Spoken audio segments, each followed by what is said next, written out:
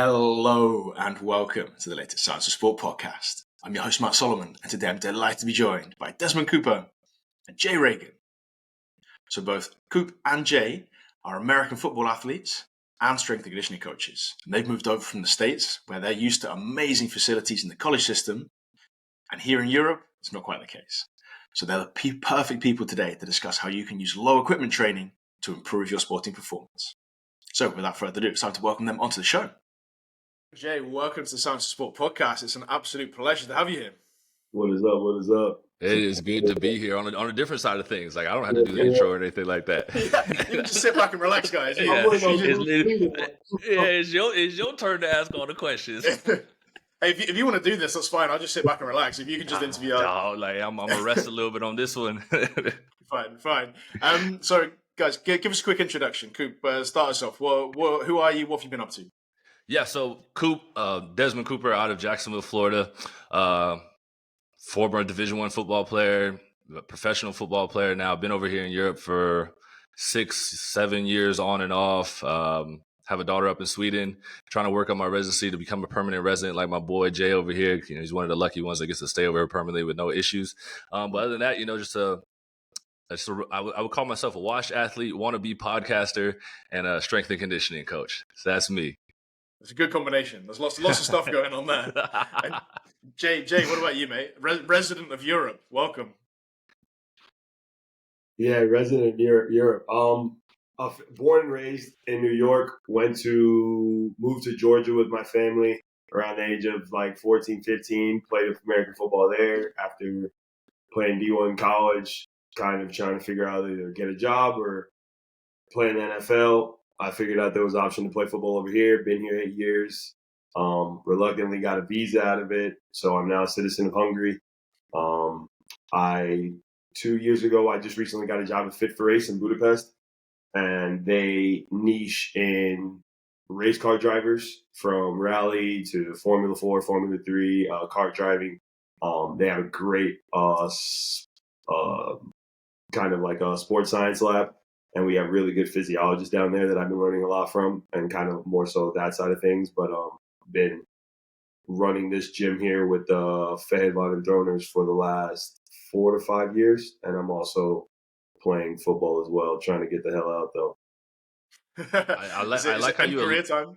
He alluded to the fact that he's like full-on Hungarian. Like, he's a Hungarian citizen, also plays for the Hungarian national team. Like, he likes to skip over that part, but like, some of the guys are trying to do what he's trying to do. Like, there's a lot. So don't let him try to skip that. Like the last podcast guy reminded me. I was like, oh shit, yeah, I did do that. that's a high level of getting shit done, man. Like if you're sort of like, I just forget some of my world class achievements, like being an international level athlete. Oh, it's just a Tuesday afternoon for me. Don't worry about it. Yeah, bro. Like, guys, I know. Yeah, you can pick yourself up just a little bit. If you've got anything else you want to share, now's your time. No, we're good. Okay, cool. I know you guys are going to discuss some stuff on low equipment training later. So you guys, you come from the States. You're used to amazing gyms, just like ridiculous amounts of equipment. And welcome to Europe. It's not always like that. But before we get into that, I know that you're kind of trying to work out how to get into different sports without being cast into you're an American football athlete, or I don't know. We on the podcast just now with you guys, we mentioned the American strength coach. And for all you guys listening who are American strength coaches, and you do look down at your legs right now and you're like, chinos, yes, tick. Polo, yes, tick. Goatee, yes, tick. Bald head, yes, tick. Like, this is exactly why you're getting typed into just being that guy, right? So why do you think that's the case in Europe, that you're getting kind of put into that pigeonhole? I honestly can probably say because it's a lot different over here. Like, as we said, we spend a lot of time over here now. That every club, every sport is kind of club based, whereas it's different when you're in the high schools in the States, where like you play every sport.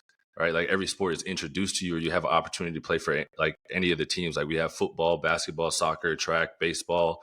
Some schools have hockey. You got lacrosse, like all these different types, tennis, swimming. Like, all this stuff is in the high school, right? So when you have a strength and conditioning coach in high school, right? He knows how to work with all these sports, like all these different sports. Now, when you come over to Europe, it's all club based, right? So you had to go to a club to get on a team, and it's for that one specific sport. And then they think that if you haven't played that sport, you don't really know how to train those athletes. And so then we come over here as American football players, and they put us as, oh, you only know how to train American football, right? When you study strength and conditioning, it doesn't just say like, oh, the book you get, the CSCS book you get, doesn't say strength and conditioning for American football.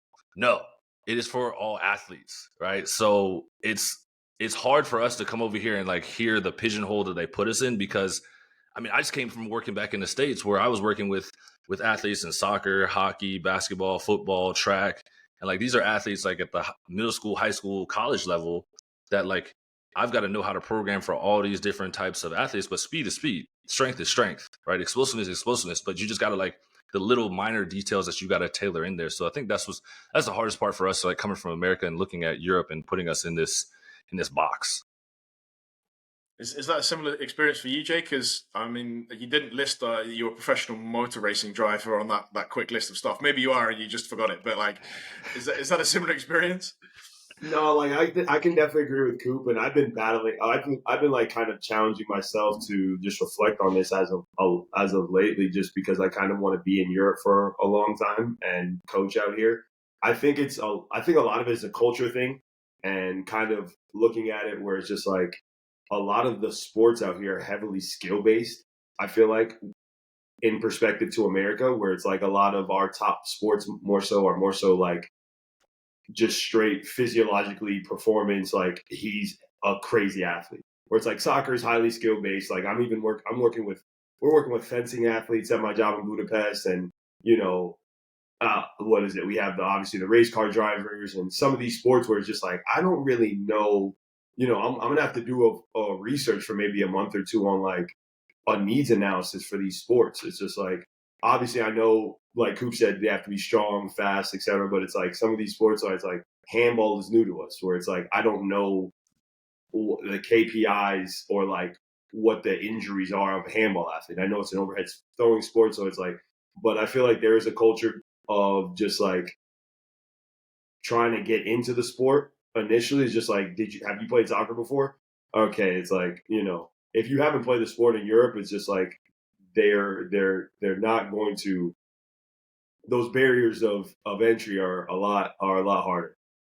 And But also, how do you then overcome those? Sorry, yeah, go, Coop, go.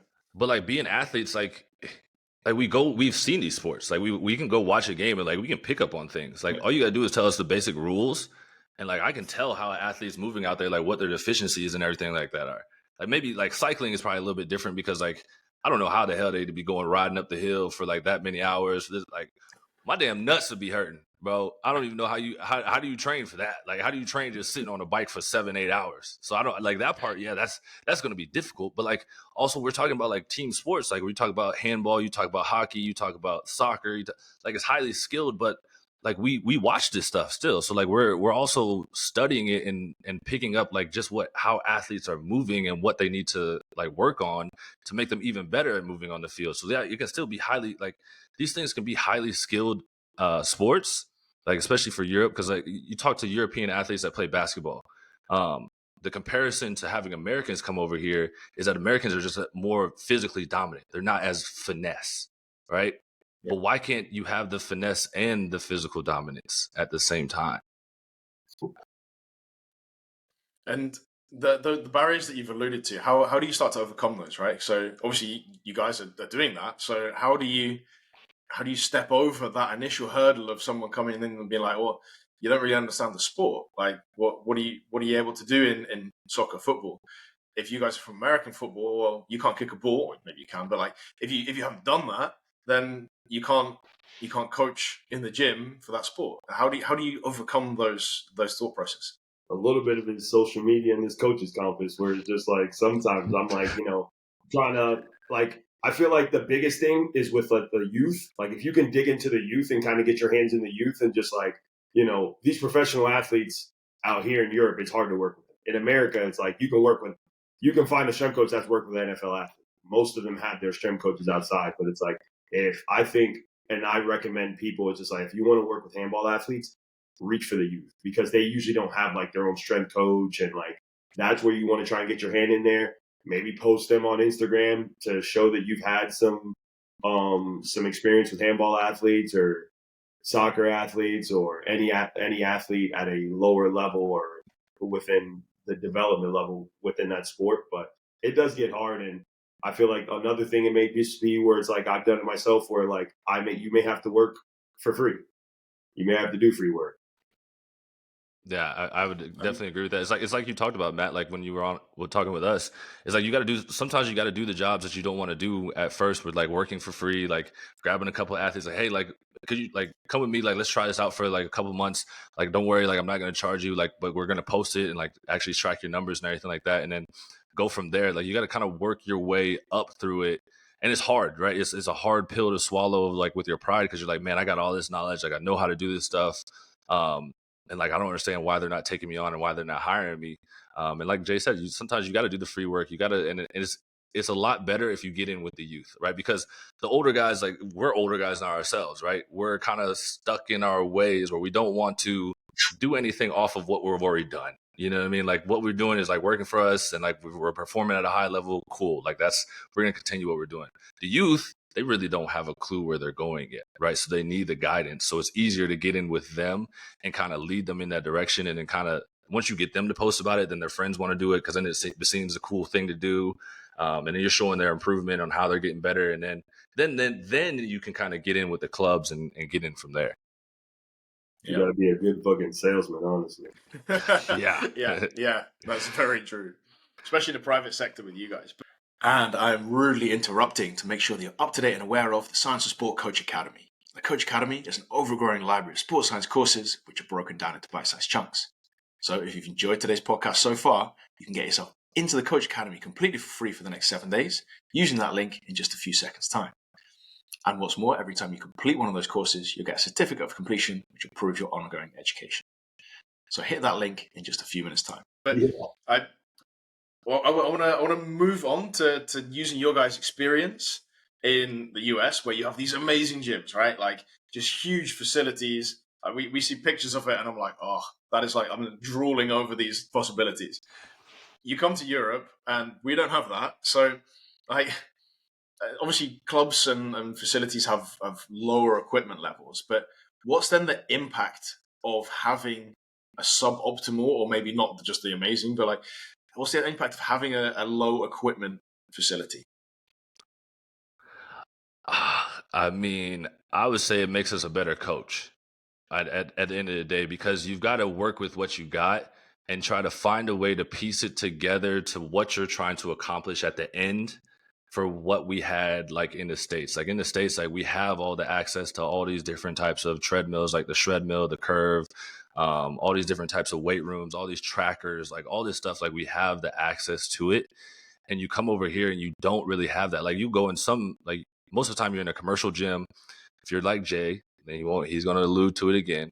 He's got his own place over there at the Fairvar and Thorners, where he was, he saw how another coach built it, and like they have hammer strength stuff and all that, but they still are limited for some equipment that we would have, back in the stateside if you're at a sports performance place. But you go in some commercial gyms and you don't even have access to like resistance bands, right? Like you're talking about like the little things that would like that athletes use that maybe like you don't need to put as much load on them, and you do the same things with this stuff. So I think it's made, I guess I speak for myself, it's made me a better coach to know how to adapt to it and kind of learn how to program to what I want to get to and what I want to accomplish with the limited access to stuff. And Jay, what's the impact on your training and coaching mean? Well, that's the thing. Coop came to this team at like the later stages. We didn't have this gym when I first started. Like it was just straight and here that we had like a gym membership to this Cutler gym over here. But for me, it's honestly based off. I'll still stay off like what Coop said, and I had like a great mentor when I first got here. Was getting into strength and conditioning when we didn't have a gym, and he was very pragmatic. He was very adaptive, and one of the top things that I stole from him that I still even use with all the resources we have is just like fucking MacGyver, where it's like look at something, I'm like we could use this for or like just going to the OBI and making like a DIY fucking hurdle jumps where it's like I found out how expensive hurdles were. I was like, yeah, fuck that. Like, so it's like I think one thing that he always challenged me to was just like understand, like find what your philosophy is as a coach. And it's just like, if you know what your philosophy is as a coach, it doesn't matter really what resources you have. It's like you'll be able to get your athletes better. You obviously are not going to be better off than somebody with an Alabama waiver room or a horse pulled spine slot, but it's like you can still elicit some adaptations from these athletes and build these qualities where it's like, I feel like you kind of limit us as strength coaches if you say, yeah, I can't get these athletes strong because we don't have a weight room. It's like, bro, you have I had 100 yards of a field out here of grass. Like I've experimented with myself in the past where me and my mentor, we kind of did this thing where we were just doing jumping and running. And we kind of did like a test of like our squat at the start and literally just jumping and running, highs and low days, and came back and my squat increased by like 15, 20 kilos with never putting it. And it's just like, it is limiting to tell or to even think as a strength coach, like, yeah, we can't get stronger. We can't get faster because we don't have this weight room. It's just like, there's so many things that you can do. It's just like, look around the things that are, even if you just have, because we have a professional basketball team that has a way higher budget than us. And I remember I came and showed him our weight room, and he was like, "Oh my god, this is crazy." And he showed me his weight room, and it was like a closet, the version about a closet. But like he got it done with what he had. And I think they had like a few med balls, some bands, and one rack for like a whole basketball team. But it was just like great. He was a great coach at the end of the day. It was just like you obviously don't want to be limited to your environment. Yeah, what kind of stuff do you think then is the absolute bare minimum then? So you said you alluded to just having a track to run on, but if you were like, right, I need a facility, I need something, like what is then the bare minimum of equipment that you could run a good session with? We talking team or we talking individual? Go for it. Whatever you want. Yeah, I mean, if we go team, like you give me some med balls and a resistance band and just give me a field, like I can put it together. You know what I mean? Like I don't need to have an indoor space. Like you would love to have an indoor space to where you can like say like I would love to have six platform racks, a couple GHR machines. Give me a little bit of turf and a couple sleds and stuff and bands and dumbbells and I'm good to roll. But like if you're talking about like the bare minimum, yeah, med balls and resistance bands and in the field, I can rock. Jay, same for you? I need 40 yards. I need 40 to 50 yards, right? I've kind of noticed with a facility that I used to work at in the past where they only had 20 yards and acceleration. Their KPIs for acceleration were always going up, but their top end speed when they would I guess the kids would test them top end speed with their coaches on the side, and their top end speed KPIs would never go up. So I'd say 40 yards, full rack of dumbbells, and resistance bands. Let's rock. Excellent. So with that in mind, right? You've got that equipment.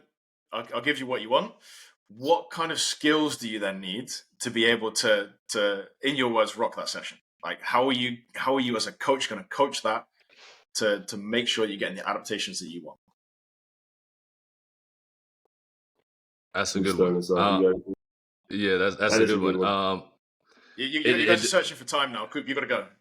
Yeah, no. I think depends on the day. Upper body day, lower body day. We're working on explosive. We're working on speed.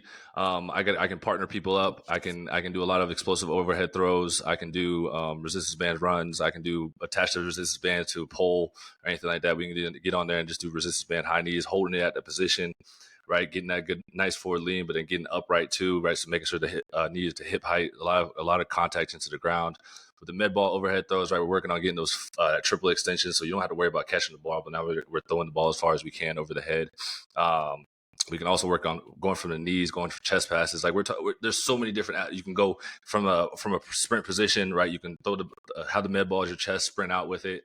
Yeah, there's like with that, like I'm looking at each day what I have to put together and what I'm trying to work on and what my exact thing that I need to execute, and I can put it all together with just those things.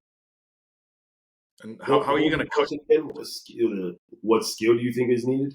Yeah. So, like, From a coaching what kind of coaching skills do you need? So that you've got basically you've not got what you want, but how are you going to make up for that with the way that you coach or the skills which you have as a coach to then improve performance?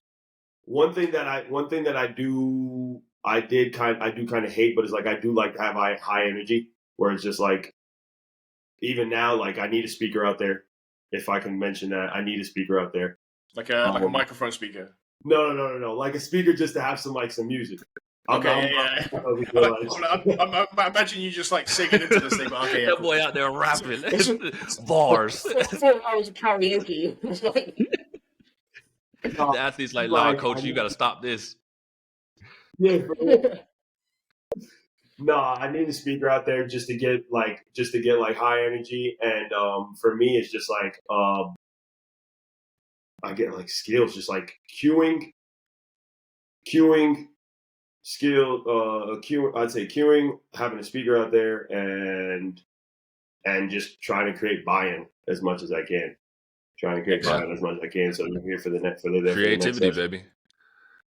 Yeah. That there we go. That as a skill is huge, right? So before we wrap up, I'm conscious that you guys have got to go in just a second. I want to get like a real short, sharp session from both of you, like starting, middle section, end. What does a session with Coop look like? A session with Coop looks like you always start off with a dynamic warm up. Then from there we kind of go in core activation.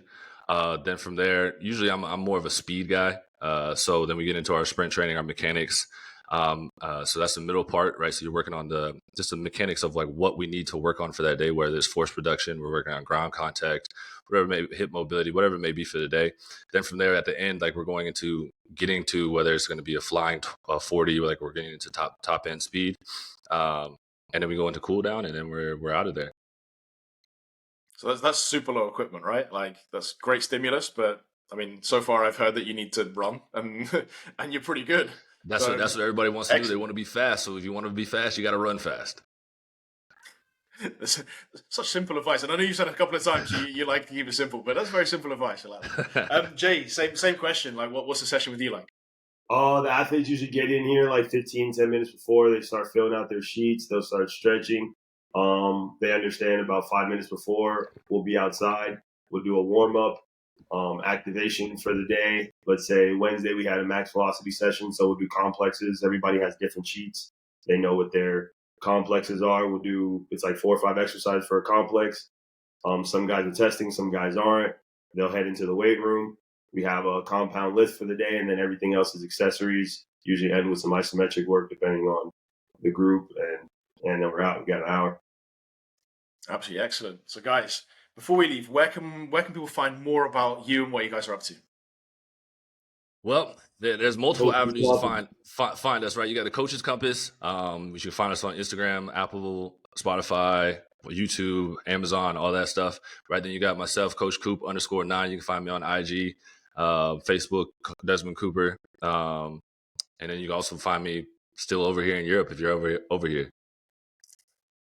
Excellent. Jay, where can we find you? Evo HP for the plug, or Victor Moten Jr. Excellent. Or you can find him in Hungary.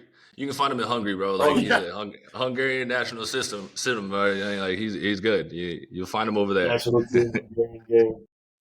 Find him at the Verheervaart Throners. The what? Sorry. The Verheervaart Throners. Yeah. Find him over there. You're gonna need to put a link in the show notes to that. I'm never gonna be able to Google that. Guys, massive thanks. It's been a pleasure talking. Thank you so much for joining us. And I look forward to hopefully speaking again soon. All right, man. Cheers, guys. Cheers. All right, up. And that's it. Once again, a massive thanks to Jay and Coop for their massive hard work on today's podcast. I really appreciate it, and I'm sure you do at home too. Before you leave, I want to point you in the direction of the Science Support Coach Academy. The Coach Academy is an overgrowing library of sports science courses which are broken down into bite-sized chunks. So, if you've enjoyed today's podcast and you want to get your hands on some more great sports science information, all you have to do is hit that link in just a few seconds' time. You get into the Coach Academy completely for free for the next 7 days. What's more, every time you complete one of those courses, you'll get a certificate of completion, which proves your ongoing education. And of course, if you have enjoyed today's podcast, it'd be fantastic if you could recommend it to a coach, a colleague, an athlete, or a friend. That means that we can keep bringing the best possible guests and the best possible content. And that's it. Once again, a massive thanks from me. I'm Matt Solomon for Science of Sport, and I'll speak to you next week.